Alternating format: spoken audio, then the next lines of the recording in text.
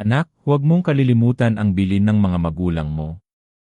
Iyon ang huling salita ng driver ng tricycle habang ibinababa niya ako sa dulo ng baryo. Napatingin lang ako sa malayong bundok, parang nakatunghay sa akin. Naramdaman ko ang bigat ng bag sa balikat ko, pero mas mabigat ang katahimikan ng lugar. Huminga ako ng malalim. Ito na. Simula ng bagong buhay ko. Pumasok ako sa makipot na daan. Ang mga kubo ay may nakasabit na bawang at palaspas. May ilang aso na kumakahol habang dumaraan ako. Narinig ko ang boses ng isang babae. Oy, bagong mukha, sigaw niya. Lumabas siya mula sa bakod, may hawak na tabo ng tubig. Ikaw ba yung pamangkin ni Mang Turo? Sagot ko. Ako po si Elias. Ngumiti siya ng matamis. Ako si Lyra. Dito lang ako nakatira sa tapat. Kung may kailangan ka, sabihin mo lang. Bahagya akong natahimik. Ang ngiti niya ay parang aliwala sa gitna ng dilim ng baryo. Salamat po, Ate Lyra. Lumapit siya ng kaunti, ibinaba ang boses. Pero tandaan mo, bata, kapag lumubog ang araw, huwag ka nang maglalakad sa labas. Delikado. Napakunot ang noo ko. Bakit naman? Umiling siya. Basta. Sundin mo na lang. Hindi ko man lubos na naintindihan, tumango na lang ako. Tuloy-tuloy akong naglakad papunta sa bahay ng tiyuhin ko. Pagdating ko, bumungad ang amoy ng usok at nilagang gulay. Nakita ko siyang nakaupo sa bangko, nakatitig lang sa apoy. Mang Turo, mahina kong bati. Dahan-dahan siyang lumingon. Ang mga mata niya'y tila malamlam pero matalim. Ikaw na pala, Elias, malamig niyang tugon. Pumasok ka. Umupo ako sa sahig, inilapag ang bag, salamat po sa pagtanggap, tiyo. Walang sumagot. Tanging lagitik ng kahoy ang narinig ko. Maya-maya, nagsalita siya, dito ka natitira. May mga alituntunin. Una, huwag ka lalabas ng gabi. Pangalawa, huwag kang makikialam sa naririnig mo sa paligid. Pangatlo, huwag mong bubuksan ang bintana kapag may kumatok. Napalunok ako. Tiyo, bakit po? Umiling siya, hindi ako tinitingnan. Hindi mo pa kailangang malaman. Nanlamig ang pakiramdam ko. Hindi ko alam kung dapat ba akong matakot o sumunod lang. Biglang may dumating na binata sa pintuan. Uy, bago ka pala. Ang ngiti niya ay parang kakilala na kami. Ako si Jun, dito rin ako nakatira malapit. Umiti ako kahit kinakabahan. Ako si Elias. Bagong lipat. Balita ko pinsan ka ni Mang Turo. Buti dumating ka na, para may kalaro na ako sa gabi. Naputol ang salita niya nang marinig ang malakas na pag-ubo ni Tiyo. John, malamig na sabi ni Mang Turo, huwag mo siyang yayain lumabas. Napakamot si John, nga pala. Bawal na. Pasensya na, pere. Kumunot ang noo ko. Ano bang meron sa labas? Bakit puro bawal? Nagkatinginan si John at si Mang Turo. Hindi sila sumagot agad. Si John ang unang bumigay. May mga bagay dito na hindi mo pa maintindihan. Basta sundin mo na lang. Makakaligtas ka kung marunong kang makinig. Mga bagay, ulit ko. Anong ibig mong sabihin? Tumikhim si Mang Turo. Tama na ang tanong. Kumain ka na. Bukas maaga kang gigising. Wala na akong nagawa kundi tumango. Habang kumakain kami ng simpleng lugaw, ramdam kong may mabigat na nakabitin sa ere. Hindi lang ito simpleng baryo. Matapos kumain, lumabas ako sandali sa balkonahe. Doon ko nakitang nakatayo si Aling Sean, isang matandang may hawak na tungkod. Nakatingin lang siya sa akin. Magandang gabi po, bati ko. Nilapitan niya ako, halos pabulong ang boses. Ikaw ba ang pamangkin ni Turo? Opo. Huminga siya ng malalim. Bata, makinig ka sa akin. Huwag kang magtiwala agad sa lahat. Kahit kanino. Kahit sa sarili mong dugo. Nabigla ako. Ano pong ibig niyong sabihin? Umisi siya ng mapait. Malalaman mo rin. Pero kapag dumating ang gabi ng kabilugan ng buwan, huwag kang lalabas. Kahit anong mangyari. Bago ko pa siya matanong, dahan-dahan siyang naglakad palayo. Naiwan akong nakatayo, nanginginig. Pagbalik ko sa loob, nakita kong nakatingin sa akin si Mang Turo. Ano nung sinabi sa'yo ng matanda? Tanong niya. Wala po, mabilis kong tugon. Matagal niya akong tinitigan, saka tumalikod. Matulog ka na. Pumasok ako sa kwarto. Ang kamay luma at may amoy ng lumang kahoy. Habang nakahiga ako, hindi ko maiwasang isipin ang mga sinabi ng lahat. Si Ate Lira na nagsabing huwag lumabas. Si June na nagbabala ng mga bagay. Si Aling Sean na nagsabi na huwag magtitiwala kahit sa dugo. Ano ba talaga ang meron dito? Tumitig ako sa kisam.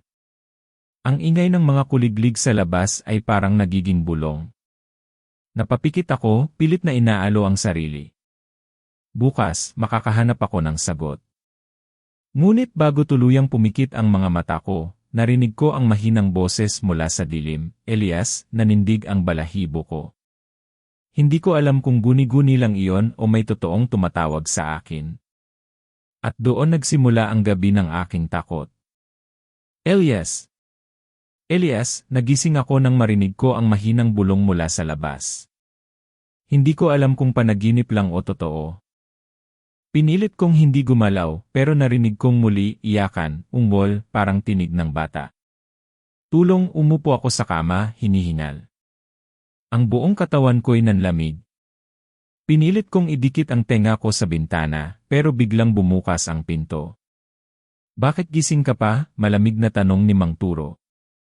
Tiyo, may narinig akong umiiyak sa gubat. Nakita kong tumigas ang panga niya. Hindi mo narinig iyon? Matulog ka. Pero malinaw po, sinabi kong matulog ka, putol niya, sabay sara ng pinto. Naiwan akong nakatitig sa dilim. Hindi ako mapakali. Totoo ang narinig ko, hindi lang guni-guni. Kinabukasan, hindi ko mapigilang itanong muli habang nag-aalmusal kami. Tiyo, ano po ba yung mga iyak kagabi? Totoo po ba na may nawawalang tao dito? Dahan-dahan siyang tumingin sa akin. Bata, huwag mong inuungkat ang mga bagay na hindi para sa'yo. Kung gusto mong mabuhay dito, tikom ang bibig mo. Parang may bumara sa lalamunan ko. Hindi na ako nagsalita. Pero sa loob-loob ko, mas lalo lang akong nagtanong.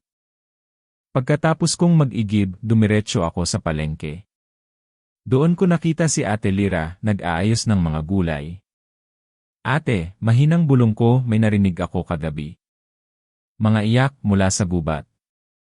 Napatigil siya, sumulyap sa paligid, tapos bumulong pabalik. Narinig mo rin? Elias, hindi ka nag-iisa. Maraming nakakarinig niyan tuwing gabi. Anong ibig sabihin? Ano bang nangyayari dito? Huminga siya ng malalim. May mga batang nawawala tuwing kabilugan ng buwan. Ang iba hindi na nakikita. Ang iba natatagpuan pero wala ng buhay. Nanindig ang balahibo ko. Aswang ba ang gumagawa nun? Tinitigan niya ako. Hindi ko pwedeng sabihin ng diretsyo. Basta tandaan mo, kapag may narinig ka, huwag kang lalapit. Kahit pa umiiyak, kahit pa humihingi ng tulong. Hindi sila totoo. Pero paano kung tao nga? Paano kung may bata talagang nangangailangan? Umiling siya. Iyon ang gusto nilang isipin mo. Kapag lumapit ka, ikaw ang susunod. Napakagat ako sa labi. Ate, bakit hindi ginagawa ng mga tao ang kahit ano? Ginagawa namin, Elias. Pero may mga bagay na mas malakas kaysa amin. Kaya nga pinapaalala namin sa lahat, huwag lumabas ng gabi. Bago pa ako makasagot, biglang sumulpot si June dala ang sako ng bigas. Hoy, Elias! Huwag mong isipin masyado ang mga kwento. Baka hindi ka makatulog. Tiningnan ko siya. John, totoo ba yung mga bata? Totoo bang may nawawala? Tumawa siya pero pilit. Mga alamat lang yon. Mga pangtakot sa bata. Para huwag makulit sa gabi. Pero narinig ko mismo kagabi. Napatingin siya kay Lyra saka bumaling sa akin. Kung gusto mong mabuhay ng matagal dito, sundin mo na lang ang tiyuhin mo. Huwag kang makialam. Nakaramdam ako ng inis. Lahat kayo puro bawal, puro huwag. Paano ako hindi magtatanong kung mismong tenga ko naririnig na? Hinawakan ni Ate Lyra ang braso ko. Elias, makinig ka. Ang pagiging mausisa dito delikado. Hindi mo alam kung anong klase ng pinto ang mabubuksan mo. Tahimik kaming tatlo. Ramdam ko ang bigat ng kanilang mga titig, pero hindi matanggal sa isip ko ang tinig na narinig ko kagabi.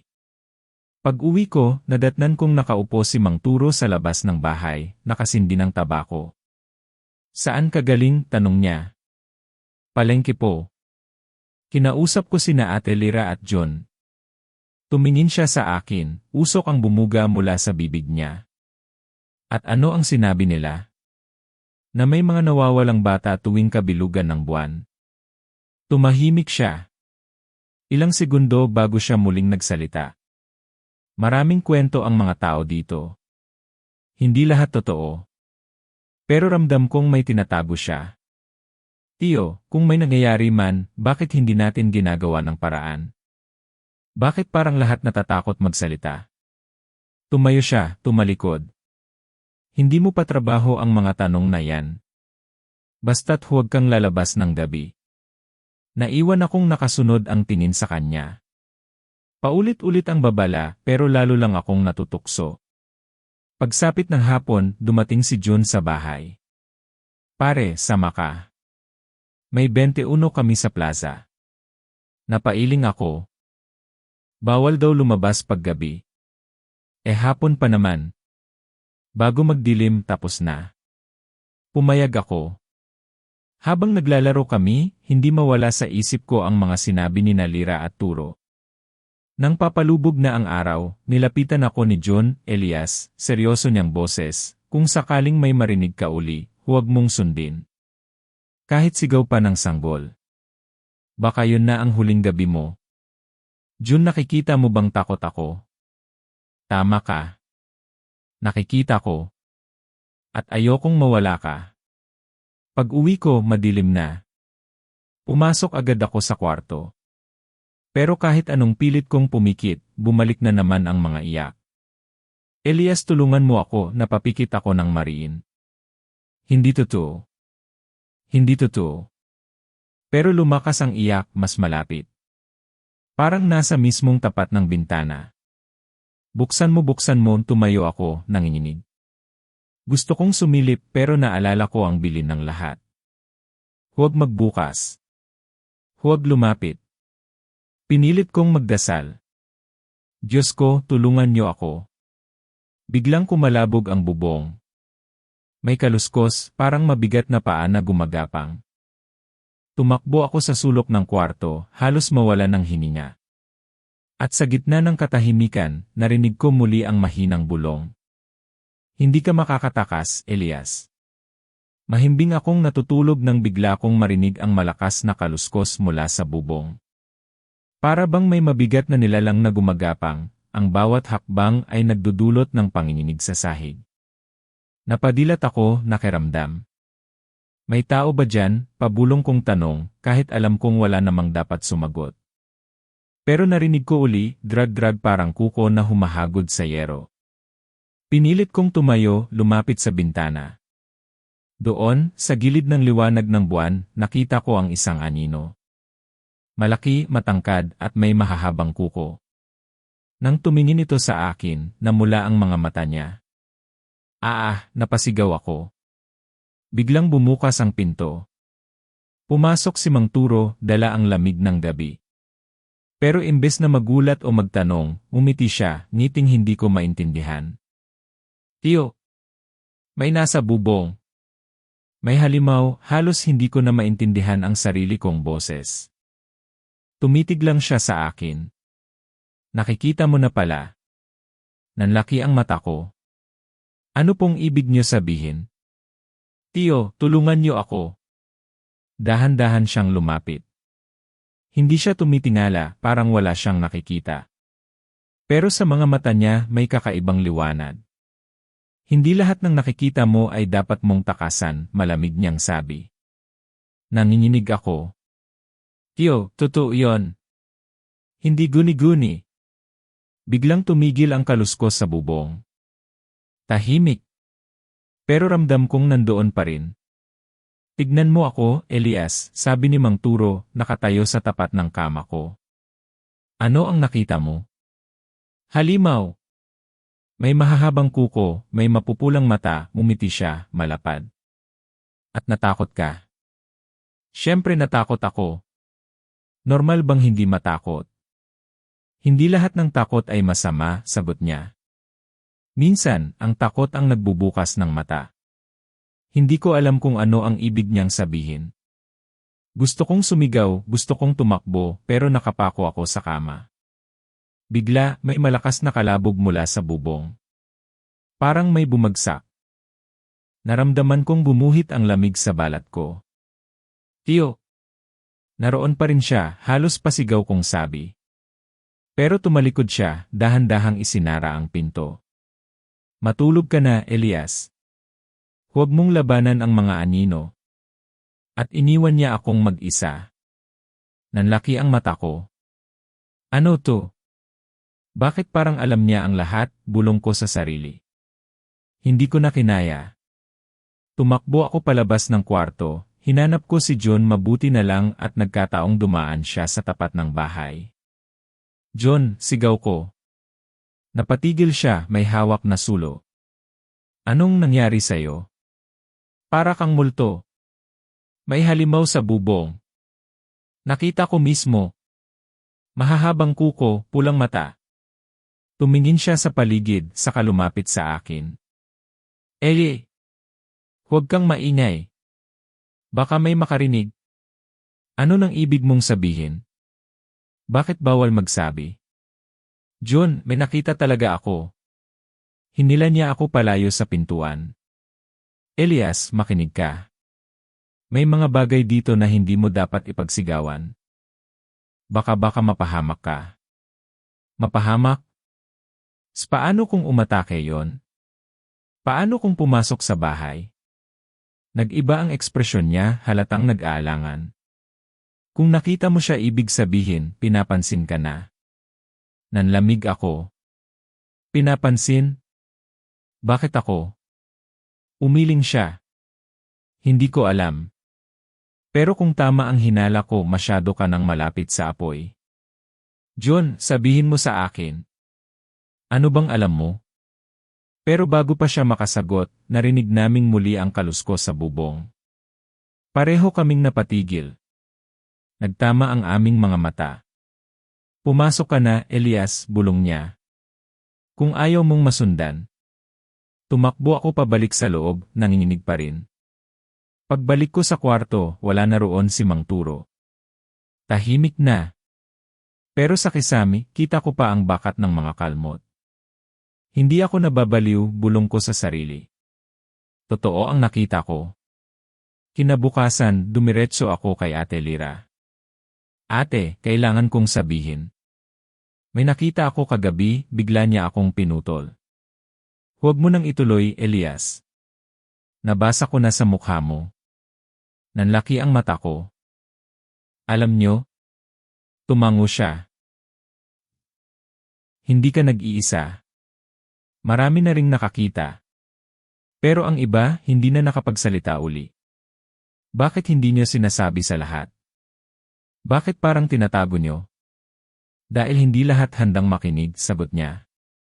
At baka mas lumala lang kung magsalita kami. Ate, ang tiyuhin ko parang alam niya. Parang hindi siya natatakot. Napatingin siya sa akin.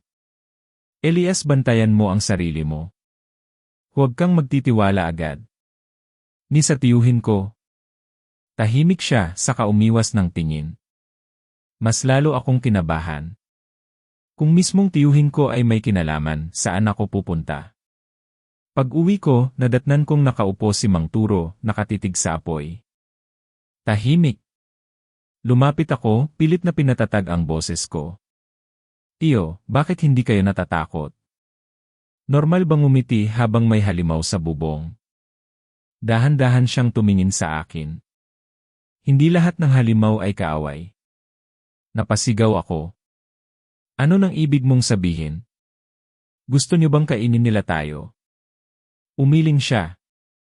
Kung naiintindihan mo lang, Elias, mas takot ka dapat sa tao kaysa sa mga nilalang. Hindi ko na alam ang sasabihin. Tumayo ako, halos mawalan ng lakas. Matulog ka na, dugtong niya.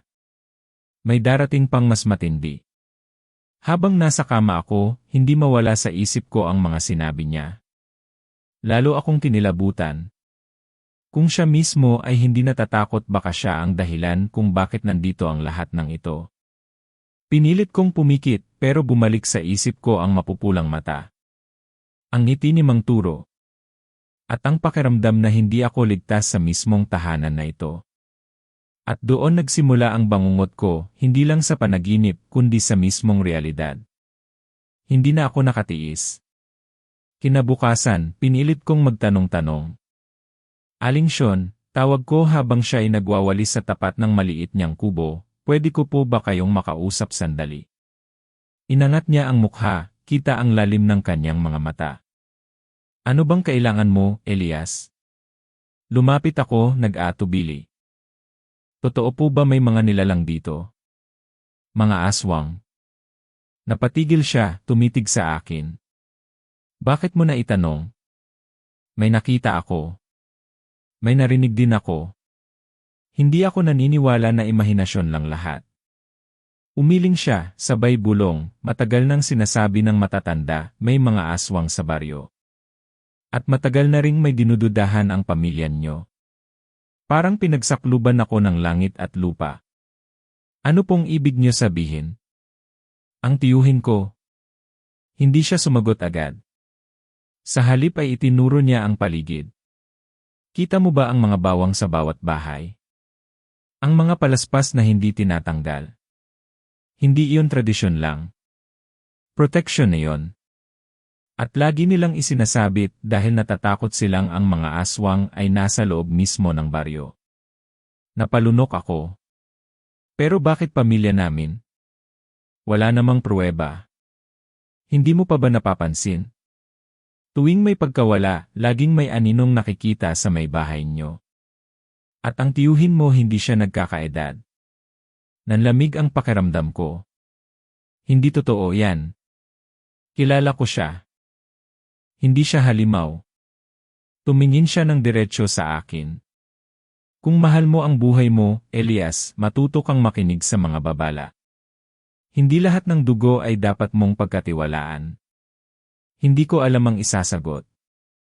Tumalikod ako, naglalakad pa uwi, pero nanginginig pa rin ang tuhod ko. Pagdating ko sa bahay, nadatnan ko si John na naghihintay sa may bakuran. John, sabi ko, may narinig akong masama tungkol sa amin. Ano na naman, tanong niya, halatang kinakabahan. Ang sabi ni Aling Sean, matagal nang pinaghihinalaan ang pamilya namin na may kinalaman sa mga aswang. Nanahimik siya. Hindi siya agad sumagot. Kahit ikaw ba, John, tanong ko, medyo nanginginig ang boses. Naniniwala ka bang aswang ang tiyuhin ko?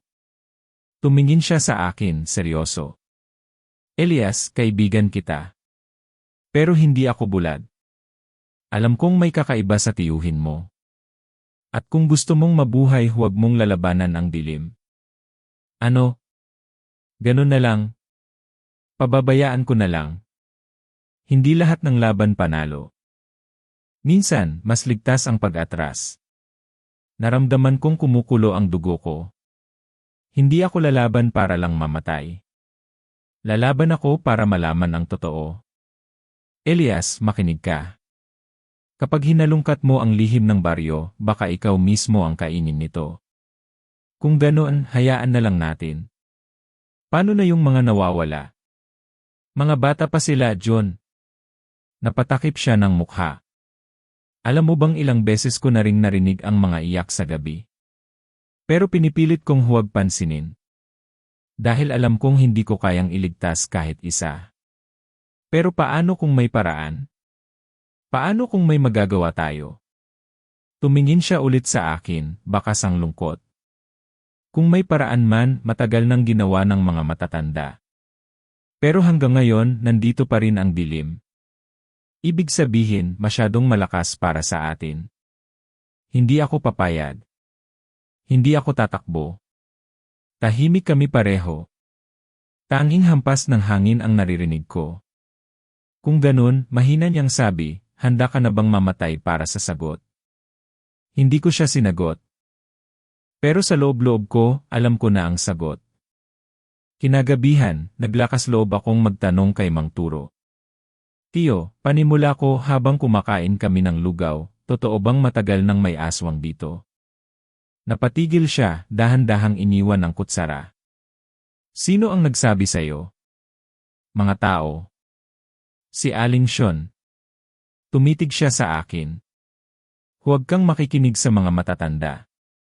Puro kasinungalingan lang ang dala nila. Pero bakit laging kami ang pinaghihinalaan? Umiti siya, malamig. Dahil takot sila. At kapag takot ang tao, madali silang maghanap ng masisisi. Hindi lang takot ang nararamdaman nila, tiyo. Galit. At kayo ang sentro. Dahan-dahan siyang yumuko. Kung alam mo lang ang totoo, Elias, hindi ka magtatanong ng ganyan. Kung ganun sabihin niyo sa akin, halos pasigaw kong tugon. Hindi ako bata para itago niyo ang lahat. Umiling siya. Hindi mo pa kaya. Kapag dumating ang oras, malalaman mo rin. Nabigo ako. Hindi siya nagsalita pa. Naiwan akong puno ng tanong. Lumabas ako sa bahay, nilapitan si Ate Lira. Ate, sabi ko, ano bang alam niyo? Totoo bang pamilya namin ang may kinalaman? Nag-iba ang mukha niya, parang nag-alangan. Elias, hindi ko gustong saktan ka. Pero marami ang naniniwala. At hindi ko rin masisisi ang mga tao. Pero wala akong kasalanan. Alam ko. Pero minsan, ang dugo ay nagdadala ng sumpa. Hindi natin mapipili ang pinagmulan natin. Nalaglag ang balikat ko. Kung ganun, wala na akong laban. Hinawakan niya ang kamay ko. Meron. Pero hindi sa pagtanggi. Sa pagharap. Pagharap sa ano? Sa halip na sumagot, tiningnan lang niya ako sa mata. Doon ko naramdaman ang bigat ng hindi niya masabi. Umuwi akong balisa. Pagpasok ko sa bahay, naroon si Mang Turo, nakaupo, nakatitig sa apoy. Tiyo, mahina kong tanong, ako ba may kasalanan sa lahat ng ito? Dahan-dahan siyang lumingon, malamig ang boses. Hindi pa oras para malaman mo ang lahat. Pero tandaan mo, ang dugo mo may dala. Nanlaki ang mata ko. Ano pong ibig niyo sabihin? Tumayo siya, dumiretso sa dilim. Matulog ka na. Iniwan niya akong nakatulala, nanginginig. Kinagabihan, habang nakahiga ako, binalikan ko ang lahat ng sinabi nila.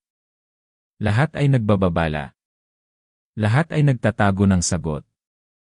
Pero kung iisa lang ang malinaw, ito ang alam ko, hindi ako titigil hanggat hindi ko nalalaman ang buong katotohanan. At kung ang mismong dugo ko ang susi, haharapin ko iyon. Kahit kapalit ay buhay ko. Gabi iyon na hindi ko inaasahang babago sa lahat. Habang naglalakad ako pa uwi, nadaanan ko ang likod ng bahay. May narinig akong mga pabulong. Handa na ang pamangkin mo, malinaw na narinig ko mula sa tinig ni Ate Lira. Parang kumulo ang dugo ko. Nanigas ako sa kinatatayuan. Siguraduhin mong hindi siya makakatakas, sagot ni Mang Turo, mababa at malamig ang boses. Hindi ko na alam kung paano ako nakahinga. Ang taong akala ko'y kakampi, ang nagpakita sa akin ng kabaitan, siya mismo ang nagbebenta ng kapalaran ko.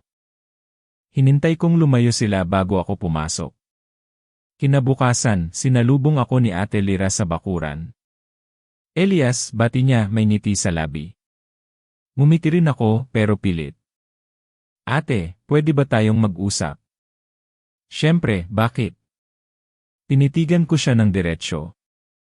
Narinig ko kayo kagabi. Kumunot ang noo niya. Ano bang narinig mo? Handa na ang pamangkin mo. At si Tio Turo ang kausap mo. Naputol ang ngiti niya. Nanahimik siya sandali bago sumagot. So narinig mo nga. Bakit, ate? Bakit ka nakisangkot? Akala ko tinutulungan mo ako. Humugot siya ng malalim na hininga. Elias, hindi mo naintindihan. Minsan kailangan may isakripisyo para mabuhay ang lahat. Isakripisyo? Ako? Natawa ako pero nanginginig. Bakit hindi sila? Bakit hindi ibang tao? Dahil ikaw ang pinili ng dugo mo, sagot niya malamig. Dugo? Ano bang ibig niyo sabihin? Hindi ito tungkol sa pagpili, Elias. Tadhana ito. At kung hindi ikaw, mas marami ang mamamatay. Hindi ako papayag. Hindi ako papayag na gawing alay. Lumapit siya, hinawakan ang braso ko. Kung alam mo lang kung gaano kalalim ang sumpa, baka maintindihan mo. Hinila ko ang braso ko palayo. Hindi ko kailangang maintindihan ang kasinungalingan. Hindi ito kasinungalingan. Ilang taon nang pinoprotektahan ng baryo ang sarili. At ngayon, oras mo na. Tumakbo ako palayo pero hinarangan niya ako.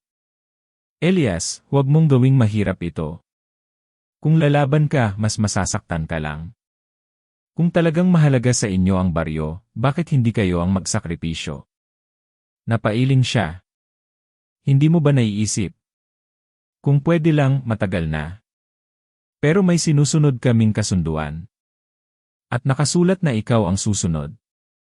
Kasunduan, halos pasigaw kong tanong. Sino gumawa niyan? Hindi siya sumagot. Tumalikod siya at nagsimulang maglakad. Sumagot ka, ate, sigaw ko. Huminto siya, hindi lumingon. Kung gusto mong mabuhay, tumigil ka na. Kung gusto mong malaman ang totoo, sundan mo ang dilim. Pero tandaan mo, baka hindi ka na makabalik. Nanlamig ako. Naramdaman kong bumigat ang mundo. Pag-uwi ko, nadatnan ko si June sa may tarangkahan. Elias, anong nangyari sa'yo? Ang putla mo.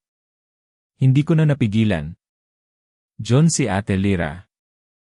Nakipagsabuatan siya kay Tio. Nanlaki ang mata niya. Sigurado ka ba? Narinig ko mismo. Pinag-usapan nila ako. Ako raw ang isasakripisyo. Natahimik si John, nanginginig. Kaya pala lagi siyang nagtatanong tungkol sa'yo. Lagi kanyang sinusubaybayan. Hindi ko akalain. Akala ko kakampi ko siya. Huwag ka nang lumapit sa kanya, Elias. Lalo ka lang malalagay sa panganib. Pero kailangan kong malaman kung bakit. Hindi ako titigil hanggat hindi ko nalalaman ang dahilan. Hinawakan ni June ang balikat ko. Kung haharapin mo to, wala nang balikan. Handa ka ba? Wala na akong ibang pagpipilian. Kinagabihan, naghintay ako sa may kusina. Dumating si Mang Turo, tahimik, dala ang lampara. Tio, tawag ko, ano ba talaga ang binabalak ninyo? Tumingin siya sa akin, malamig ang mga mata. Hindi mo ba talaga kayang maghintay hanggang sa oras na yon? Ayaw ko ng oras na yon. Gusto ko ng sagot ngayon. Naglakad siya palapit. Kung alam mo ang totoo, hindi ka na makakatulog. Handa ka ba? Mas mabuti nang hindi makatulog kaysa mamatay ng walang laban. Ngumiti siya, pero hindi mainit. Kung ganoon, dapat alam mo na simula pa lang, handa ka na. Nanginig ang kamay ko. Ano nang ibig niyo sabihin? Ang dugo ng ina mo, ang dugo ng ama mo may dala. Hindi ka inosente, Elias. Ikaw mismo ang uhaw ng dilim. Nanlaki ang mata ko. Hindi totoo yan. Hindi mo pa nararamdaman? Ang bangungot mo, ang kaba tuwing gabi hindi iyon basta takot. Dugo iyon na humihingi ng gising. Umiling ako. Kasinungalingan lang lahat ng to, ngumisi siya ng malamig. Kung kasinungalingan, bakit hindi ka makalayo? Bakit kahit anong gawin mo, bumabalik ka sa baryo? Napatigil ako. Totoo. Kahit ilang beses kong pinangarap na umalis, parang may humahatak pabalik. Hindi ko kayo papayagang gawing alay ako, mariin kong sagot. Hindi mo na mapipili. Pero may magagawa pa ako. Hinding-hindi ako magpapagamit. Tahimik siyang lumapit sa akin, halos maramdaman ko ang lamig ng kanyang hininga. Subukan mo, Elias. Tignan natin kung hanggang saan ang tapang mo. Umalis siya, iniwan akong nanginginig. Pagbalik ko sa kwarto, halos mabaliw ako sa iniisip. Si Ate Lira, ang nagpakita ng kabaitan, siya palang nagdala ng pagtataksil. Si Mang Turo, ang dapat nag-alaga sa akin, siya pala ang naghahanda ng kapahamakan ko. Kinagat ko ang labi ko. Kung totoo man lahat ng sinabi nila, hindi ibig sabihin wala akong laban. Kung dugo ang dahilan, gagamitin ko rin ang dugo ko laban sa kanila. Mula sa dilim ng baryo, naramdaman kong nagsisimula na ang tunay na laban ko.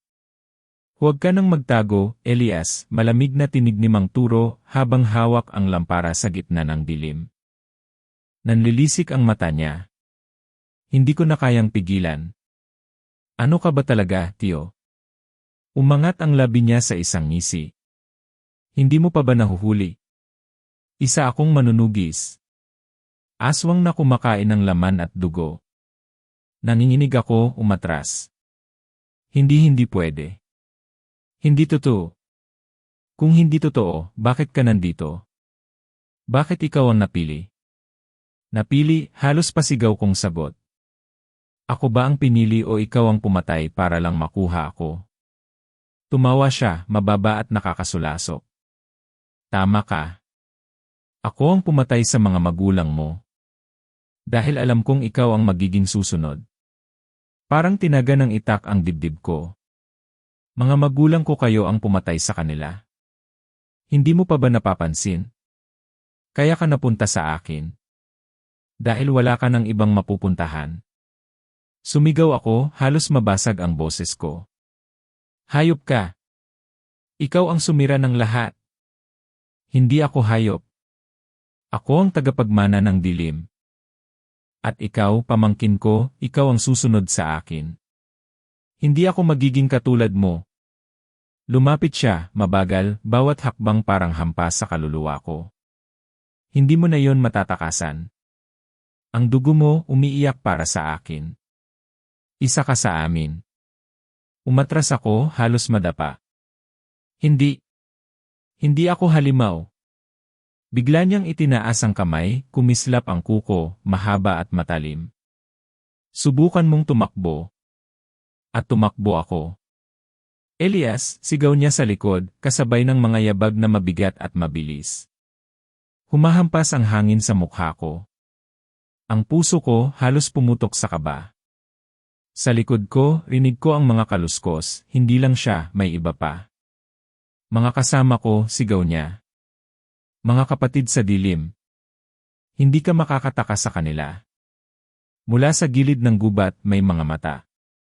Mapupulang ilaw sa kadiliman. Narinig ko ang mga halakhak, mga ungol, mga yapak ng mga nilalang na hindi na tao. Elias, bulong ng isang tinig mula sa dilim. Dugo mo amoy na amoy namin. Lumayo kayo, sigaw ko habang tumatakbo, halos hindi ko maramdaman ang lupa sa ilalim ng paa ko. Ngunit biglang may kamay na humablot mula sa gilid.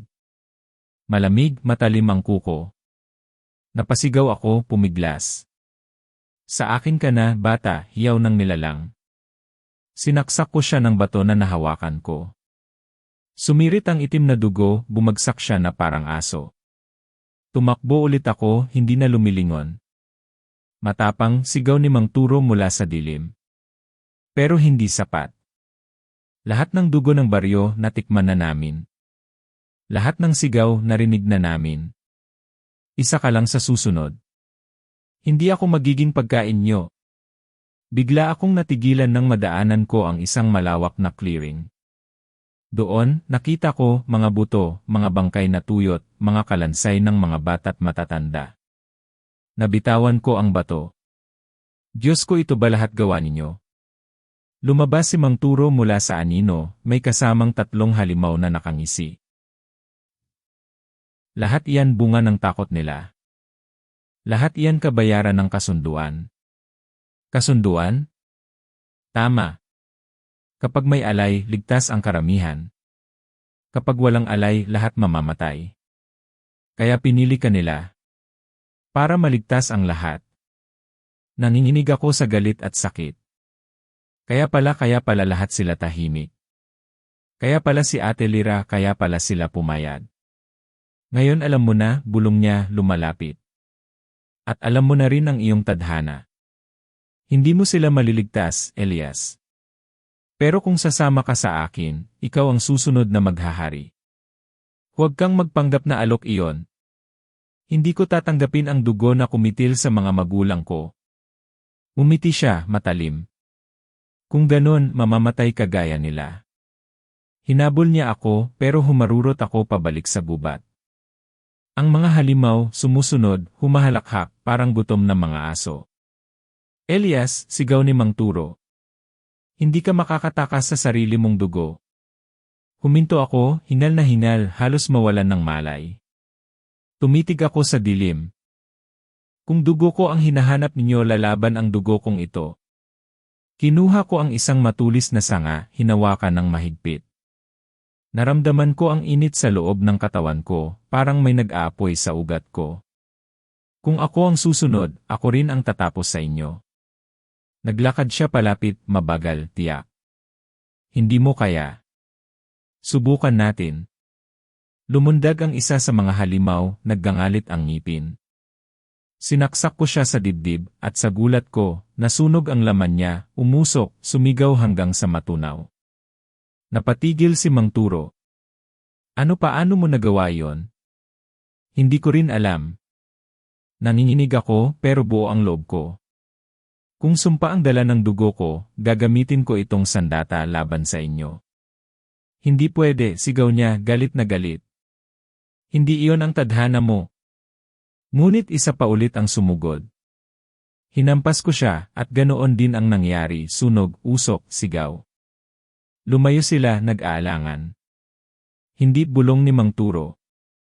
Hindi ito maaari. Dugo ng halimaw hindi pwedeng lumaban sa sarili niya. Pero nangyayari na. Nakangisi ako, kahit nangingilid ang luha ko. At ito ang magiging katapusan nyo. Umatras siya, pero nanlilisik ang mata. Hindi pa tapos ito, Elias. Simula pa lang. Tumalon siya pabalik sa dilim, kasama ang mga natitirang halimaw. Naiwan akong hingal, nanginginig, hawak ang dugo ang sanga. Tumingin ako sa paligid. Mga bangkay, mga buto, mga dugo. Lahat ng ito gawa nila. Lahat ng ito, saksi sa kasinungalingang itinago sa akin. Napasigaw ako, luha ang bumuhos. Mga magulang ko, patawad kung ngayon ko lang nalaman. Pero hindi ko hahayaang tuluyang manalo ang halimaw na yon. Sa gabing iyon, hindi na ako ang dating ako. Punong-puno ako ng galit, pero higit sa lahat, puno ng pangakong hindi ako susuko. Kung dugo ang dahilan, dugo rin ang magiging sandata ko. Nasa loob kami ng kubo ni Aling Sean. Tahimik, maliban sa kaluskos ng hangin sa pawid. Elias, mahinahon niyang wika, kung lalaban ka, hindi ka pwedeng mag-isa. Tumango ako, nakayuko. Kaya ako nandito. Hindi ko kakayanin nang wala kayo. Si John, nakaupo sa gilid, nakahalukikit. Alam mo bang baka ito na ang huli nating gabi? Alam ko, sagot ko, diretso ang tingin. Pero mas pipiliin kong lumaban kaysa magtago habang may iba pang namamatay. Huminga ng malalim si Aling Sean. Kung ganon, makinig kayo. Ang mga manunugis ay malakas kapag kabilugan ng buwan. Pero mas mahina sila kapag ginamitan ng sariling dugo na tumatanggi sa sumpa. Tumingin ako. Ibig sabihin ako mismo. Elias, ikaw lang ang makakatalo sa kanya. Umiling si Jun, hindi ako papayag na ikaw lang ang lalaban. Kung mamamatay ka, ano pang saysay ng lahat? Napangiti ako kahit nanginginig. John, hindi ko sinasabing iwan ko kayo. Pero alam kong ako ang sentro nito. Kinuha ni Aling Sean ang isang bote ng langis. Basain niyo ang inyong mga sandata. Kapag tinamaan sila ng apoy, hindi sila basta makakabangon. Hinawakan ko ang sanga na minsang naging sandata ko. Kung ito ang tumupok sa kanila noon, ito rin ang gagamitin ko ngayon. Elias, biglang sabi ni John, natatakot ka ba? Tahimik akong tumitig sa kanya. Pero mas natatakot akong wala nang matira bukas. Nagkatinginan kami ni Aling Sean. Handa na kayo? Tanong niya. Sabay kaming tumango.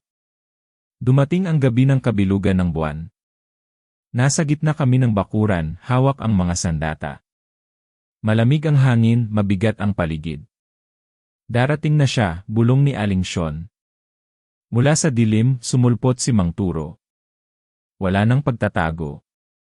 Ang mga mata niya'y nagliliyab, ang mga kuko'y mahahaba, at ang ngisi niya'y malamig. Elias, Anya, akala mo ba makakatakas ka sa dugo mo? Humigpit ang hawak ko sa sanga. Hindi ako magiging katulad mo. Ngumiti siya. Dugo mo ang magpapatuloy sa akin. Nasa iyo na ang sumpa. Bakit ka lumalaban?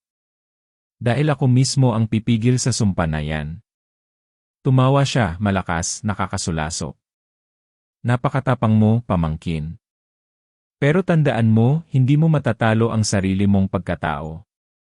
Sumigaw ako, sabay sibat ng sanga. Umilag siya, pero natamaan ang balikat niya. Sumiklab ang usok, sumigaw siya ng galit. Walang hiya ka. Lumundag siya, pero sinalubong siya ni Jun ng sibat na may apoy. Lumayo ka sa kanya, sigaw niya. Tinamaan si Mang Turo sa hita, bumagsak, pero agad ding nakabangon. Walang makakapigil sa akin. Sumugod ang dalawang nilalang mula sa dilim, mga matay pula, mga ngipin matutulis. Elias, sigaw ni Aling Sean, sabay hagis ng bote ng langis. Binuhusan ko ng apoy ang isa, sumigaw siya habang natutupok. Hinataw ni Jun ang isa pa, pero nahablot siya sa braso. Aray, sigaw niya. John!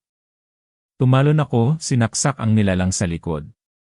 Umusok ito, bumagsak, hindi na gumalaw. Humihingal si John, hawak ang sugat. Kaya mo bang tapusin ito? Tumingin ako kay Mang Turo, nakatayo na muli, mas mabangis. Para sa lahat ng pinatay niya.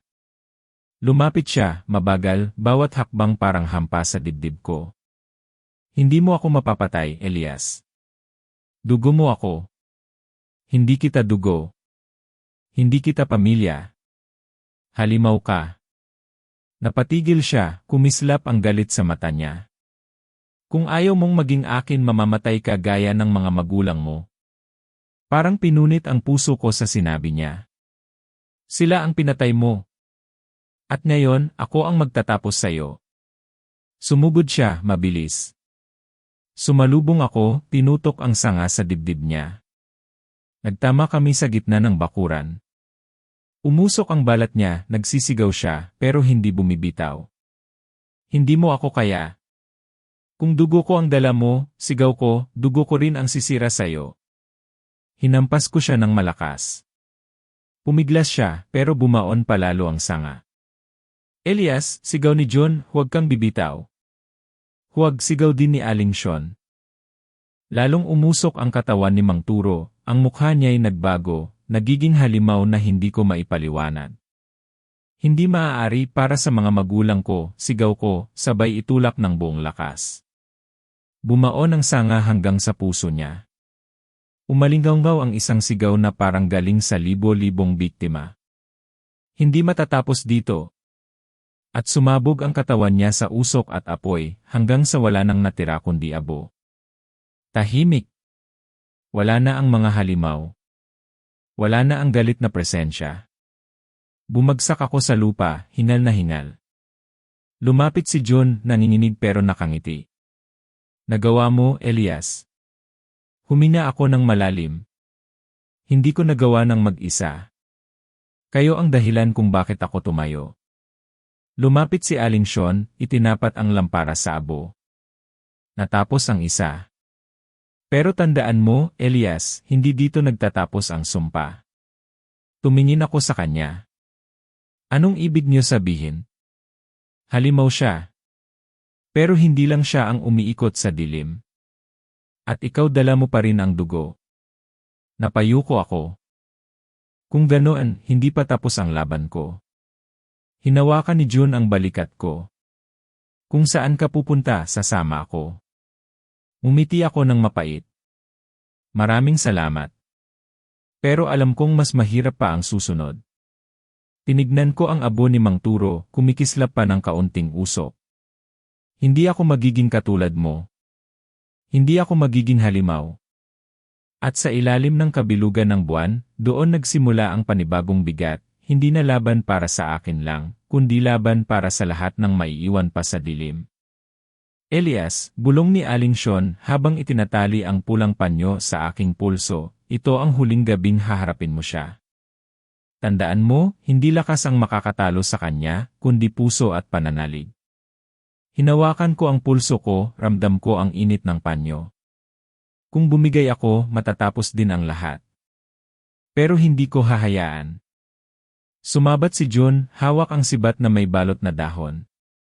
Kung lalapit siya, hindi kita iiwan. Kahit anong mangyari, sabay tayo. Tumingin ako sa kanila. Kung ako man ang puntiryahin niya, huwag kayong makialam. Kung ako ang isasakripisyo para matapos ito, tatanggapin ko. Hindi, mariing sagot ni John, hindi ikaw lang. Hindi pwedeng ikaw lang. Naglakad si Aling Sean sa gitna ng bakuran, inilatag ang mga dahon at asin. Dito magyayari ang huling laban. Dito rin matatapos ang sumpa, kung kaya mo. Huminga ako ng malalim. Kung kaya ko. Hindi. Kailangan kong kayanin. Mula sa dilim, dumating siya, si Mang Turo, o ang halimaw na minsan kong tinawag na tiyuhin. Ang kanyang balat ay nagdudugo, ang mga mata ay nagliliyab na parang naglalagablab na uling. Elias, bulong niya, malalim at mabigat. Nagpumiglas ka pero hindi ka makakatakas. Naramdaman ko ang lamig ng hangin nang marinig ko ang boses niya. Hindi na ako natatakot sa'yo. Tumawa siya, malupit at mabangis. Hindi takot ang gusto ko sa'yo. Gusto kong tanggapin mo kung sino ka. Dugo mo ako at dugo ko ang dumadaloy sa'yo. Hindi ako magiging katulad mo, sagot ko, matatag. Kung ito ang dugo ko, gagamitin ko para tapusin ka. Lumapit siya, mabilis, parang hangin. Hawak niya ang balikat ko, at naramdaman kong unti-unti akong hinihigop ng lamig. Elias, bulong niya, sumama ka na. Madali lang ang lahat kung papayag ka. Pumikit ako sandali. Narinig ko ang tinig ng aking mga magulang sa alaala, ang tawanan, ang init ng kanilang yakap. Hindi ako sasama. Hindi ako halimaw. Hinila ko ang sarili ko, pero masyadong malakas ang kapit niya. John, sigaw ko. Sumugod si John, inundayan siya ng sibat. Tumama, pero tinapon lang siya ni Mang Turo na parang laruan. John, sigaw ko ulit. Huwag kang mag-alala, sigaw ni June mula sa lupa, nanginginig pero nakatayo. Tapusin mo na siya. Humugot ako ng lakas, naalala ang mga orasyon ni Aling Sean. Binulong ko ang dasal habang hawak ang punyal na nakatago sa aking baywang. Lakas ng liwanag, itaboy ang dilim, anong sinasabi mo, singhal ni Mang Turo.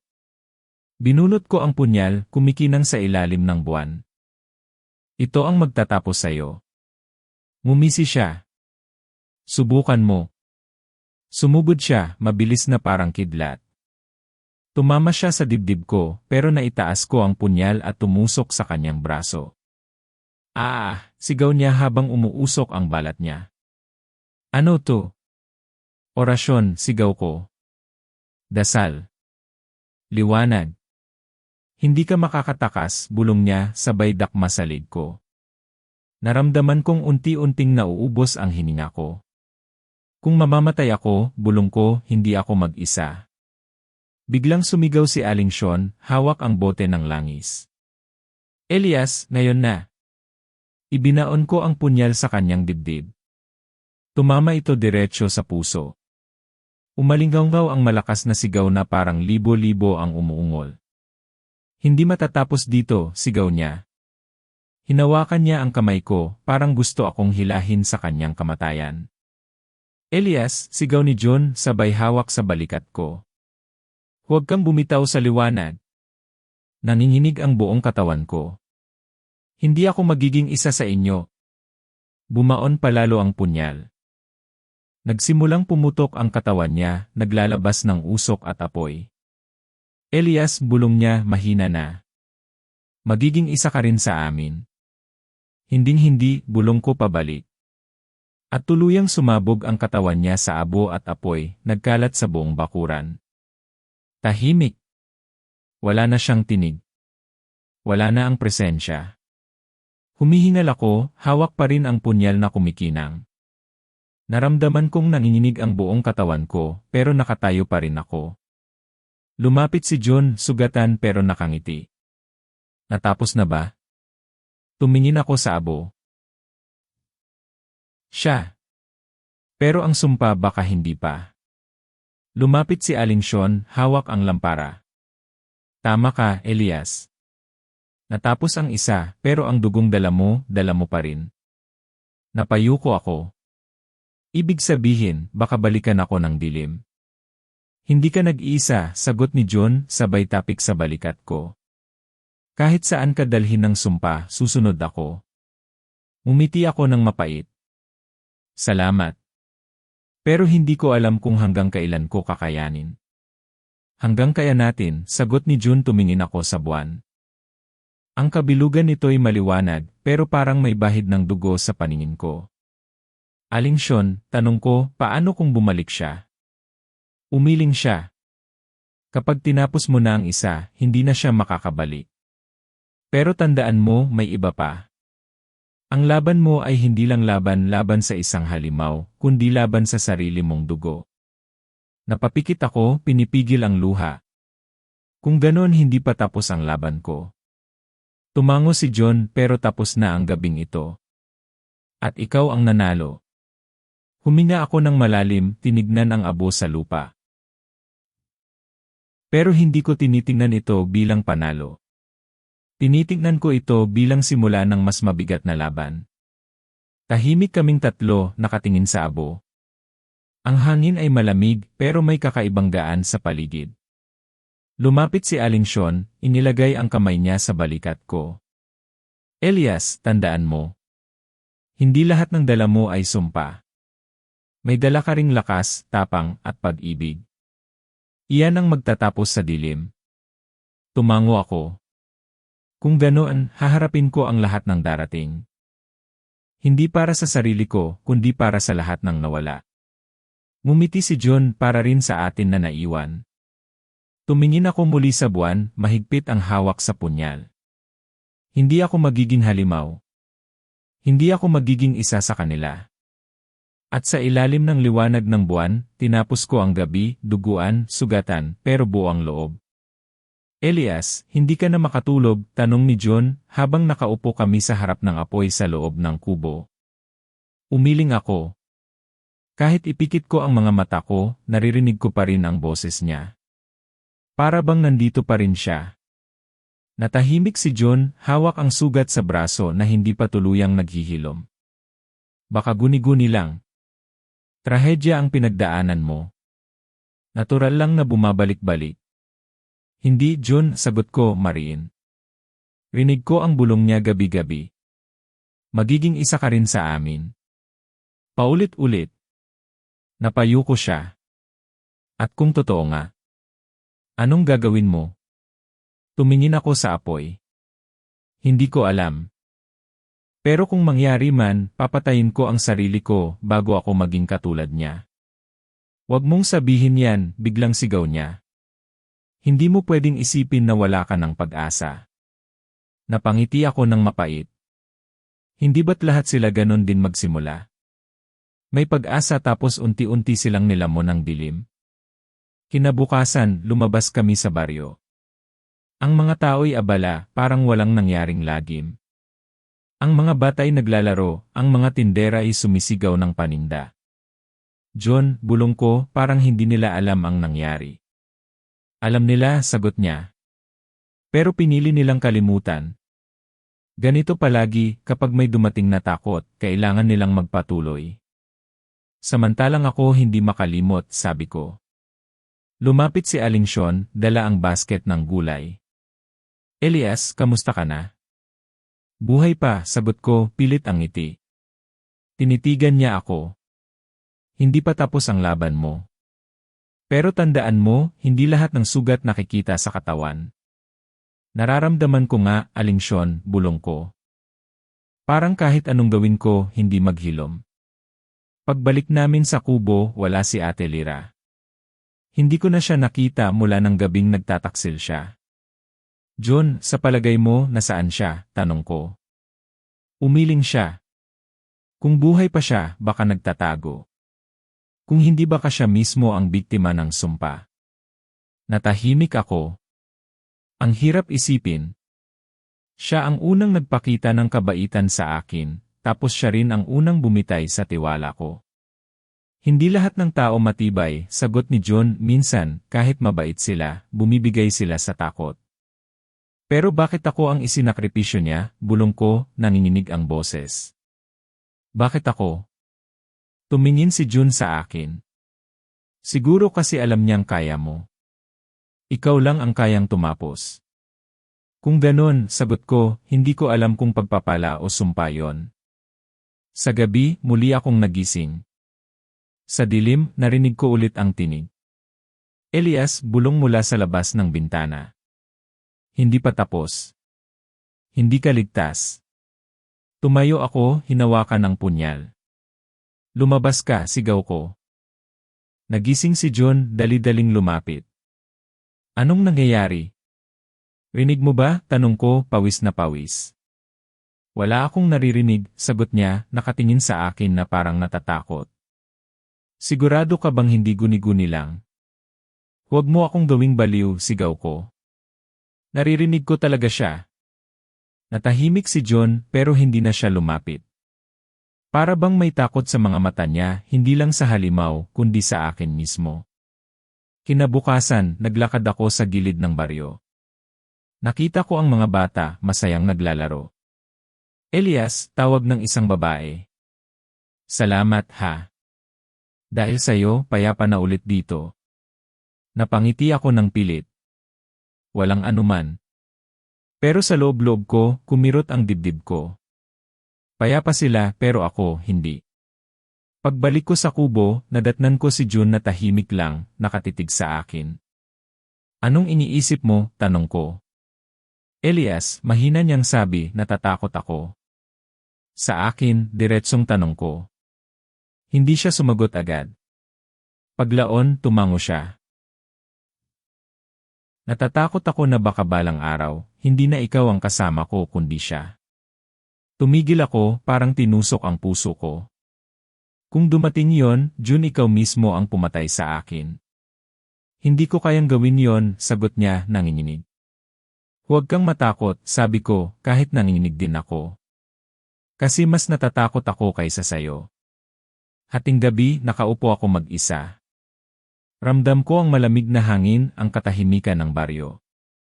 Hindi mo ako matatakasan, bulong ng tinig na parang nasa loob ng ulo ko. Pumikit ako, hinawakan ang dibdib ko. Kung dala ko man ang sumpa, lalabanan ko hanggang huli. Narinig ko ang yabag ni John, lumapit siya at umupo sa tabi ko. Elias, kahit anong marinig mo, hindi mo nag-isa itong pasan. Tumingin ako sa kanya, at doon ko lang napansin ang totoo, may takot sa mga mata niya, pero may tiwala rin. John, bulong ko, kahit anong mangyari, salamat. Kahit natatakot ka, nananatili ka. Umiti siya ng mahina. Kung iwan kita, mas lalo akong matatakot. Kaya dito lang ako. Huminga ako ng malalim, tumingin sa buwan na nakasilip mula sa ulap. Baka hindi na maghilom ang mga sugat ko. Pero kahit ganon susubukan kong mabuhay. Sigurado ka ba? Tanong ni June habang nakatayo kami sa gilid ng daan. Iiwan mo talaga ang baryo? Tumingin ako sa kanya, bitbit ang maliit kong sako. Kailangan, June, hindi ko kayang manatili dito habang dala ko ang lahat ng alaala. Pero ligtas ka rito, git niya. Alam ng lahat na ikaw ang nagligtas sa kanila. Napailing ako. Ligtas ang baryo. Pero hindi ako. Araw-araw na naririnig ko ang boses niya. Paano ako makakapahinga kung bawat sulok ng lugar na ito nagpapaalala kung anong ginawa niya sa akin? Tahimik si John, nakayuko. At ako. Iiwan mo rin ako. Napahinga ako ng malalim. Hindi kita iniiwan. Pero hindi ko alam kung saan hahantong ang paglalakbay na to, baka delikado. Hindi kita pwedeng isama. Kung ganoon, ako na lang ang maghihintay, sabi niya, pilit na matatag ang boses. Basta pangako mo lang, babalik ka. Naglakad kami papunta sa labas ng baryo. Ang mga tao, nagpaalam. May ilan na umiti, may ilan na yumuko bilang pasasalamat. Pero wala akong maramdaman kundi bigat. Elias, sabi ni Aling Sean nang lapitan niya ako, ang sugat, hindi mo kailangang itago. Dalhin mo siya, pero huwag mong hayaang kainin ka. Tinatry ko, sagot ko. Pero paano kung unti-unti akong magbago? May pagpili ka, sabi niya, matalim ang mga mata. Kung patuloy kang lalaban, mananatili kang tao. Umiling ako. At kung hindi ko kayanin, doon magsisimula ang pagkabulok, sagot niya. Pero tandaan mo, kahit sa dilim, may apoy na pwedeng sindihan. Umiti ako ng mahina. Salamat, Aling Sean. Kung hindi dahil sa'yo, baka hindi ko na inabot ang araw na to, hindi ako, sagot niya. Ikaw mismo ang pumili. Pagdating sa dulo ng daan, tumigil ako. Nilingon ko si June na tahimik lang na nakamasid. John, tawag ko, huwag mong hayaang kainin ka ng takot. Hindi ako halimaw. Alam ko, sagot niya, bagamat may luha sa mga mata. Pero Elias, kung sakaling bumalik ang sumpa, paano kita matutulungan? Ngumiti ako, pilit. Kung dumating yon, huwag mo akong pigilan. Tapusin mo ako. Huwag mong sabihin yan, sigaw niya. Ngumiti akong mapait. John, hindi kita tinatakot. Totoo lang. Kailangan mong maging handa. Tumango siya, bagamat nanginginig. Kung ganun magbabalik ka, kahit kailan. Babalik ako, sagot ko. Kung tao pa rin ako. Naglakad ako, iniwan ang baryo sa likod ko. Habang papalayo, naririnig ko ang halakhak ng mga bata, ang ingay ng mga tindera, at ang tunog ng kampana mula sa kapilya. Normal na ulit ang lahat para sa kanila. Pero sa bawat hakbang ko, mas lalo kong naramdaman ang bigat ng dala ko. Elias, bulong ng tinig sa loob ng ulo ko. Hindi ka makakatakas. Napahinto ako, humawak sa dibdib. Tahimik ka, sigaw ko, bagamat wala namang nakakarinig.